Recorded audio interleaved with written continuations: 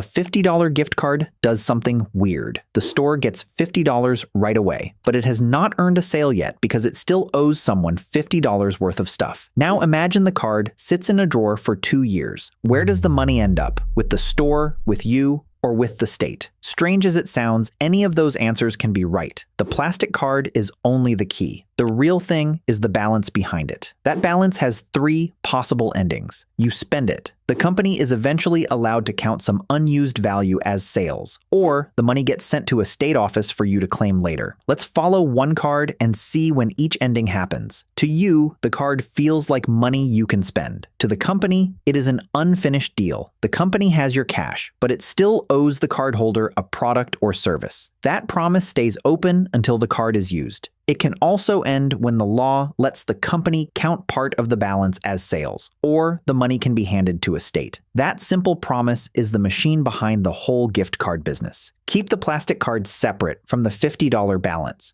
The card is the key. The balance is what the store owes. When the company sells the card, its cash goes up by $50, but its amount owed to customers also goes up by $50. Accountants call that amount a liability. Here, liability just means we have the money, but we still owe somebody the stuff. The company can use the cash to run its business. It does not have to lock every gift card dollar inside a special vault, but the promise still appears in its records. Now use the full card at checkout. The company gives you $50 worth of products. The promise is finished, so the amount owed falls by $50 and the company can finally count a $50 sale. The cost of the product is counted separately, just like any other sale. If you spend $47, the final $3 does not magically become profit. It stays on the card until you use it, or another rule changes where it goes. So remember the basic idea: cash can arrive today, while the sale happens later.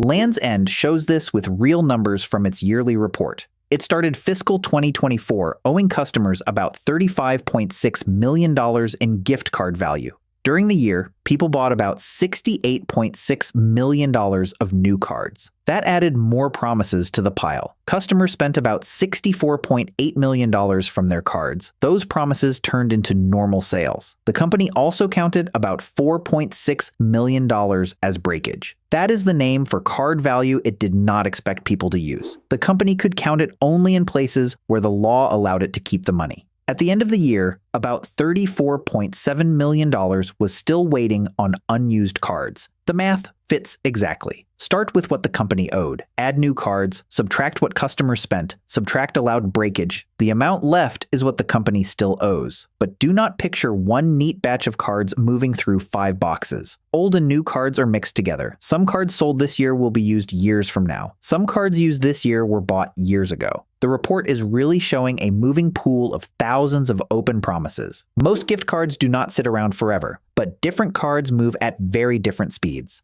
Best Buy says more than 90% of its gift card redemptions usually happen within 1 year. In plain English, most of the card value that gets spent is spent during that first year. Starbucks says most of its stored value cards are also used within 1 year, although it does not give an exact percentage. Build-A-Bear is slower. About 65% of its cards are used within 12 months and about 80% within 3 years. These are examples from 3 companies, not a rule for every gift card. A coffee card might live on a phone and get used next week. A toy store card might wait for a birthday. An electronics card might wait until someone can afford a bigger purchase. Those habits matter because a company is not trying to guess what one person will do. It is trying to estimate how a large group of similar cards will behave over time. That estimate leads us to the strangest word in this video: breakage. Breakage means card value. The company reasonably expects customers will never spend. It does not mean every old card belongs to the company. Many cards never expire, and state law may require the money to be sent somewhere else. So the company asks 2 questions.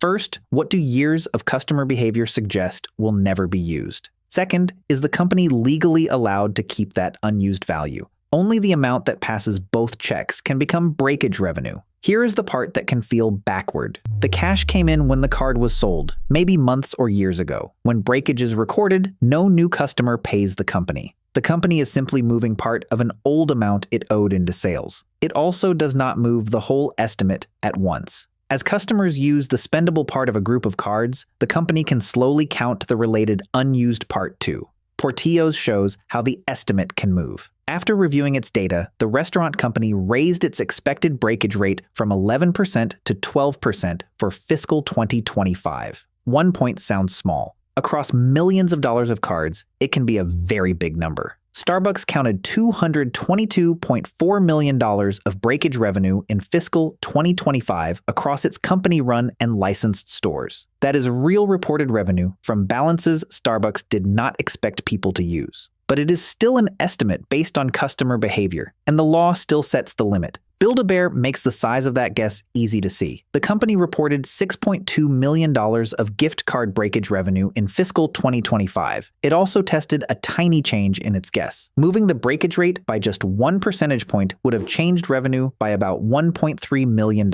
Again, no new cash would appear. The company would simply move a different amount from money it still owed into sales. Build-A-Bear's outside auditor called this one of the hardest numbers in the report to check. That does not mean the company was accused of cheating. It means the math uses judgment. The model is complicated, and a small change can move a large number. The pandemic made the job harder. Customers used cards differently from the way they had before 2020. The company decided that the unusual period probably would not last forever, so it adjusted the history used in its model. Later behavior moved closer to the old pattern. That is the risk with any estimate built from the past. History is a useful map. Customers can still change the road. Gift cards would still help companies even if every customer spent every dollar. The company gets cash before it has to hand over a product. The card points future spending back toward that same business. And the person receiving the gift may become a new customer. Starbucks says its card program is meant to support gifting and encourage people to visit more often.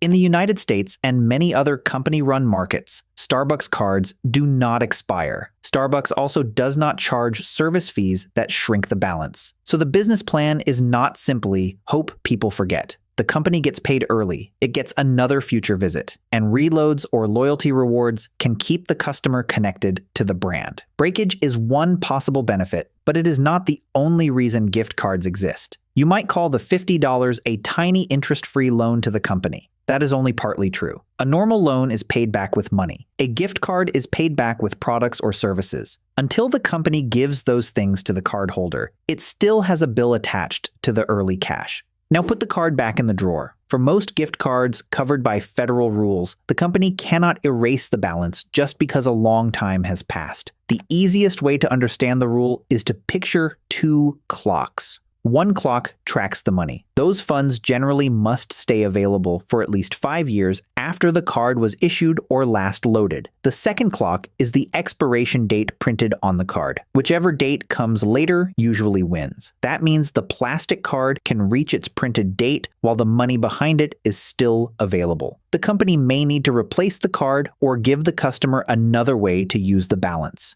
Fees also have limits. In general, the card must sit unused for a full year before this type of fee can begin. The fee must be clearly explained, and the company cannot charge it more than once in a month. Some companies promise even more protection, such as no expiration date and no fees that reduce the balance. But federal rules are only one layer. State rules decide what can happen when the money appears to be abandoned. New York gives us the clearest example of the third ending. After 5 years with no activity, retailers must send unused gift card balances to the state comptroller's unclaimed funds office. The store no longer holds the balance. The state holds it for the owner, and the owner can still make a claim for it. In 2025, that New York office recovered more than $28 million of unused gift card money. Which state gets the money can depend on the information attached to the owner. Delaware explains the general order. The money usually follows the owner's last known address. If there is no useful address, it may instead follow the state where the company was legally formed.